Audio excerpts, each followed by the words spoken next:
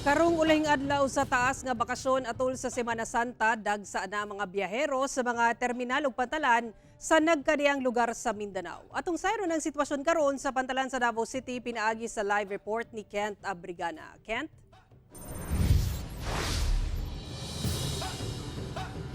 Sara, samtang nagalabay ang oras, nagadaghan na sab ang ihap sa mga pasahero nga nagaadto sa mga terminal sa bus ug barge dinhi sa Davao City.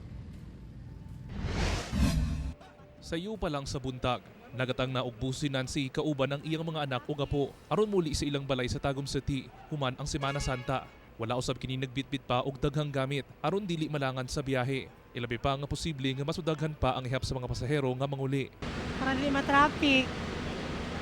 Sumala sa tagdumala sa Davao City Overland Transport Terminal, lauman nga mas mudaghan pa ang ihap sa mga pasahero karong adlaw. Samtang wala pa kaayo yung mga pasahero, mga rinata sa ato ang Dico Terminal.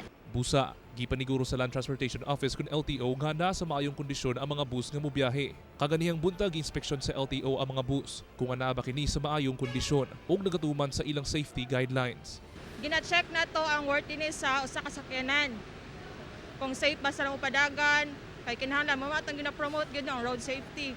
Dapat safety sila makaabot sa ilang padulungan o safety pa sila sa pagikan panangdaan sa terminal. Samtang, gibutyag usab sa dikot nga nahimong malinawon ang biyahe sa mga pasahero ato sa pagsaulog sa Semana Santa.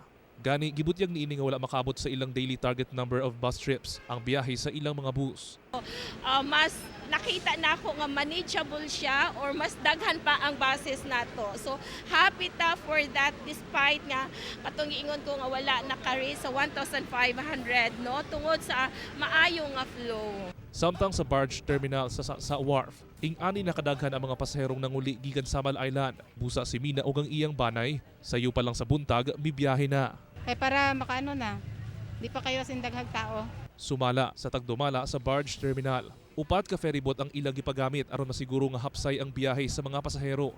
Gani, lauman masudaghan pa karong adlaw ang mga pasahero nga moabot sa barge terminal gikan Samal Island. Pauli raman, gitag Samal ang pasulod, wala na diri sa Davao karon pa yung Samal, wala na.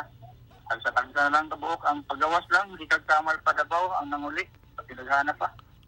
Sa General Santos City, ana sa kapin 40,000 katao ang natala sa Eusebio Bulaong Public Terminal atol sa Semana Santa.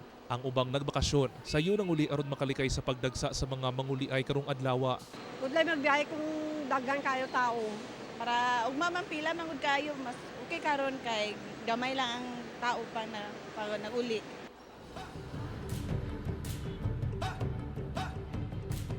Sara, sa atong pagbantay karong hapon dinhi ubay-ubay na ka mga ferry boat ang nangabot nga dunay sakay nga mga pasahero gikan Samal Island ug medyo paspas usab ang interval sa pag-abot sa mga ferry boat kung itandi sa normal nga adlaw. Samtang kung ato ang mapansin sa mga waiting area, duna sab mga pasahero ang nagaatang nga magpadulong na sab sa Samal Island. Sara. Okay, daghang salamat, Kent Abrigana.